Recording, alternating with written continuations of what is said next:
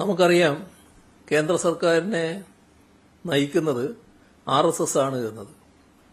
RSSന് ഒരു കാലത്തും കീഴടക്കാൻ പറ്റാത്തതാണ് നമ്മുടെ നാടിന്റെ, കേരളത്തിന്റെ മതേതര മനസ്സ്.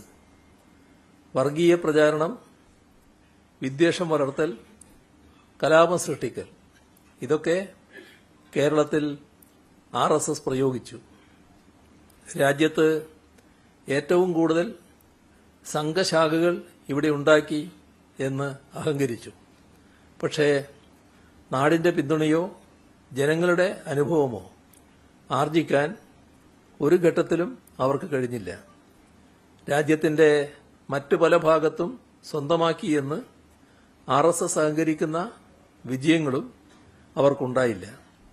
അങ്ങനെയുള്ള പരാജയങ്ങളുടെയും തിരിച്ചടികളുടെയും നൈരാശ്യത്തിന്റെ ചരിത്രം മാറ്റാനാണ് രാജ്യത്തിന്റെ ഭരണാധികാരം എന്ന ആയുധം അവർ പ്രയോഗിക്കുന്നത്. ഫെഡറൽ സംവിധാനത്തിൽ ധനകാര്യ ബന്ധങ്ങൾ എങ്ങനെയാകാൻ പാടില്ല എന്നതിന്റെ പ്രത്യക്ഷ ഉദാഹരണങ്ങളാണ് കേന്ദ്ര സർക്കാരിന്റെ ഓരോ നീക്കവും. മൂലധന ചെലവിനായി കേരളം നടത്തുന്ന ഉദ്യമങ്ങളെ തുരങ്കം വെക്കാനുള്ള തീവ്ര ശ്രമങ്ങളാണ് കഴിഞ്ഞ 5 വർഷമായി കണ്ടുവരുന്നത്. ഇതിലേറ്റവും പ്രധാനമാണ് കിഫ്ബി വായ്പകളെ സംസ്ഥാന വായ്പയായി പരിഗണിച്ചുകൊണ്ട് 2021-22 മുതൽ മുൻകാല പ്രാബല്യത്തോടെ കേരളത്തിന്റെ കമ്പോള വായ്പാ പരിധി വെട്ടിക്കുറച്ചത്. ഗ്യാരണ്ടിയും വായ്പയും രണ്ടാണെന്ന് 1999 റിസർവ് ബാങ്ക് തന്നെ വ്യക്തമാക്കിയിട്ടുണ്ട്. ഇതിന് ഘടകവിരുദ്ധമായ സമീപനമാണ് കേന്ദ്ര സർക്കാർ കേരളത്തിന്റെ വായ്പാ പരിധിയുടെ കാര്യത്തിൽ എടുത്തിരിക്കുന്നത്. കിഫ്ബിക്ക് നൽകുന്ന ഗ്യാരണ്ടിയെ സംസ്ഥാനത്തിന്റെ വായ്പയായി ബോധപൂർവം കണക്കാക്കുന്ന വികലമായ സമീപനത്തിന്റെ തുടർച്ചയാണ് ഇപ്പോഴത്തെ വായ്പാ പരിധി വെട്ടിക്കുറവ്. കേന്ദ്ര സർക്കാർ സൃഷ്ടിക്കുന്ന പ്രതിസന്ധികൾ അക്കമിട്ട് നിരത്തി 2025 ഒക്ടോബർ 9 കേന്ദ്ര ധനമന്ത്രി ശ്രീമതി നിർമ്മല സീതാരാമന് വിശദമായ ഒരു നിവേദനം സമർപ്പിച്ചിരുന്നു. എന്നാൽ നിഷേധാത്മകമായ നിലപാടാണ് തുടർന്നും കേന്ദ്ര സർക്കാരിന്റെ ഭാഗത്തുനിന്ന് ഉണ്ടാകുന്നത്. പല അപേക്ഷകളും തീരുമാനമാകാത്ത കേന്ദ്രത്തിന്റെ പരിഗണനയിൽ മാത്രമായി അവശേഷിക്കുന്ന അവസ്ഥയാണുള്ളത്. ഒരു വശത്ത് വികസനത്തെക്കുറിച്ച് സംസാരിക്കുകയും മറുവശത്ത് കേരളം പോലുള്ള സംസ്ഥാനങ്ങളെ സാമ്പത്തികമായി തളർത്താൻ ശ്രമിക്കുകയും ചെയ്യുന്ന ഇരട്ടത്താപ്പാണ് കേന്ദ്ര സർക്കാരിന്റേത്. സംസ്ഥാനത്തിന്റെ തനതു വരുമാനത്തിലും വിഭവസമാഹരണത്തിലും വൻപിച്ച കുതിപ്പുണ്ടാക്കാൻ കഴിഞ്ഞ 8 വർഷങ്ങൾ കൊണ്ട് LDF സർക്കാരിന് സാധിച്ചിട്ടുണ്ട്. 2021 മാർച്ചിൽ 47,000 കോടി രൂപയായിരുന്ന തനത് നികുതി വരുമാനം ഇപ്പോൾ ഏകദേശം 80,000 കോടി രൂപയായി വർദ്ധിപ്പിച്ചു. ഇത് കേവലമൊരു നേട്ടമല്ല, മറിച്ച് ചിട്ടയായ ധനമാനേജ്മെന്റിന്റെ ഫലമാണ്. എന്നാൽ നമ്മൾ ഇത്രയും കഷ്ടപ്പെട്ട് നേടിയെടുത്ത പുരോഗതിയെ അപ്രസക്തമാക്കും വിധം അർഹമായ വിഹിതം നിഷേധിച്ചും കടമെടുപ്പ് പരിധി വെട്ടിക്കുറച്ചും കേരളത്തെ വരിഞ്ഞു മുറുക്കാനാണ് ശ്രമിക്കുന്നത്. സംസ്ഥാനം ഉന്നയിച്ച ന്യായമായ ആവശ്യങ്ങൾ മാസങ്ങളായി കേന്ദ്രത്തിന്റെ ചുവപ്പ് നാടയിൽ കുരുങ്ങിക്കിടക്കുകയാണ്. GST സമ്പ്രദായം നിലവിൽ വന്നതോടെ സംസ്ഥാനങ്ങളുടെ നികുതി അധികാരം ഗണ്യമായി പരിമിതപ്പെട്ടുവെന്നത് എല്ലാവർക്കും അറിയാവുന്നതാണ്. എന്നാൽ GST നിരക്കുകളിൽ വരുത്തപ്പെട്ട മാറ്റങ്ങൾ, റേറ്റ് റേഷണലൈസേഷൻ, ഇതുമൂലം വരാനിരിക്കുന്ന സാമ്പത്തിക വർഷത്തിൽ മാത്രം ഏകദേശം 8,000 കോടി രൂപയുടെ വരുമാന നഷ്ടമാണ് കേരളത്തിന് ഉണ്ടാകാൻ പോകുന്നത്. ഇതിന്റെ ആഘാതം ചെറുതല്ല. നഷ്ടപരിഹാരം ഇപ്പോൾ നിലവിലില്ല. ഇതിനു പുറമെ അന്താരാഷ്ട്ര വ്യാപാര രംഗത്തുണ്ടായ തിരിച്ചടികൾ, പ്രത്യേകിച്ച് അമേരിക്ക ഏർപ്പെടുത്തിയ ഇറക്കുമതി നിയന്ത്രണങ്ങൾ നമ്മുടെ കയറ്റുമതി മേഖലയെ വലിയ തോതിലാണ് ബാധിച്ചിട്ടുള്ളത്. സമുദ്രോൽപ്പന്നങ്ങൾ, സുഗന്ധവ്യഞ്ജനങ്ങൾ, കശുവണ്ടി, തുണിത്തരങ്ങൾ തുടങ്ങിയ മേഖലകളിൽ 2500ഓളം കോടി രൂപയുടെ അധിക വാർഷിക നഷ്ടമാണ് ഇതുമൂലം സംഭവിക്കുന്നത്. ഇത്രയേറെ വെല്ലുവിളികൾക്കിടയിലാണ് IGST സെറ്റിൽമെന്റിന്റെ പേരിൽ 965 കോടി 16 ലക്ഷം രൂപ മുൻകൂർ വിനിയോഗം ക്രമീകരിച്ചു എന്ന സാങ്കേതിക ന്യായം പറഞ്ഞ് 2025 ഏപ്രിലിൽ വെട്ടിക്കുറച്ചത്. IGST വിഹിതത്തെ ആശ്രയിക്കുന്ന ഒരു ഉപഭോക്തൃ സംസ്ഥാനമെന്ന നിലയിൽ ഇത് നമ്മുടെ ധനപരമായ നിലയെ കൂടുതൽ വഷളാക്കിയിരിക്കുകയാണ്. കേന്ദ്രം നടത്തുന്ന ഈ ഏകപക്ഷീയമായ തിരിച്ചുപിടിക്കലുകൾ സംസ്ഥാനത്തിന്റെ ബജറ്റ് ആസൂത്രണത്തെ തന്നെ തകിടം മറിക്കുന്നതുമാണ്. കേന്ദ്ര വിഹിതത്തിലുണ്ടാകുന്ന വിവേചനം കണക്കുകൾ പരിശോധിച്ചാൽ ബോധ്യമാകും. 11ാം ധനകാര്യ കമ്മീഷൻ കാലയളവിൽ 3.05% കേരളത്തിന്റെ വിഹിതം. 15ാം കമ്മീഷനായപ്പോഴേക്ക് 1.92% കുറഞ്ഞു.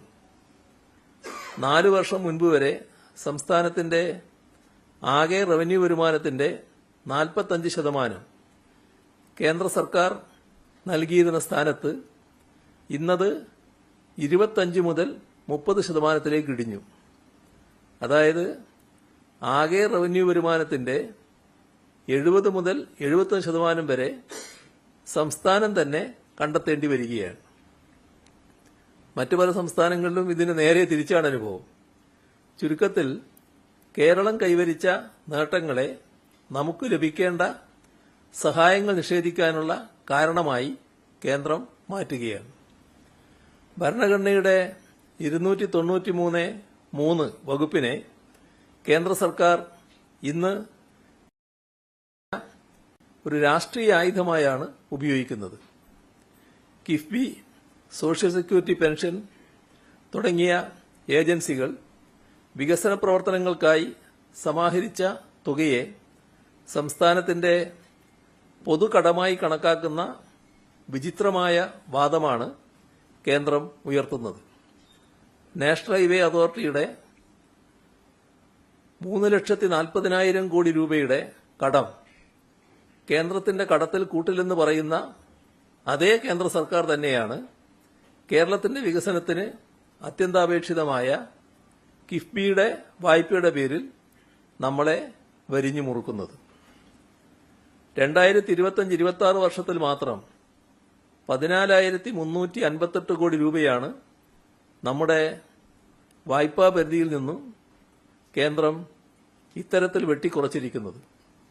ഇതിൽ കിഫ്ബി പെൻഷൻ കമ്പനി വായ്പകളുടെ പേരിൽ കിഴിവ് ചെയ്ത 4,711 കോടിയുടെ അവസാന ഗഡുവും ഉൾപ്പെടുന്നു. ഇത്തരം നടപടികൾ സംസ്ഥാനത്തിന്റെ മൊത്തം വായ്പാ സാധ്യതയെ ഗണ്യമായി പരിമിതപ്പെടുത്തി. മറ്റൊരു പ്രധാന വിഷയം ഗ്യാരണ്ടി റിഡംഷൻ ഫണ്ടുമായി ബന്ധപ്പെട്ടതാണ്. കേരളം ഇതിനകം തന്നെ ഈ ഫണ്ട് രൂപീകരിക്കുകയും 250 കോടി രൂപ നിക്ഷേപിക്കുകയും ചെയ്തിട്ടുണ്ട്. എന്നിട്ടും അതിൽ അശാസ്ത്രീയമായ മാനദണ്ഡങ്ങൾ അടിച്ചേൽപ്പിക്കുകയും കുടിശ്ശിക ആരോപിക്കുകയും ചെയ്ത് 3,323 കോടി രൂപ കൂടി ഈ വർഷത്തെ വായ്പാ പരിധിയിൽ നിന്നും വെട്ടിക്കുറച്ചു. റിസർവ് ബാങ്ക് 5 വർഷത്തെ കാലാവധി നൽകിയൊരു കാര്യത്തിന് ഇത്തരമൊരു വെട്ടിക്കുറക്കൽ നടത്തിയത് കേരളത്തിന്റെ വികസന മാതൃകയെ തകർക്കുക എന്ന രാഷ്ട്രീയ ലക്ഷ്യം മുൻനിർത്തി മാത്രമാണ്.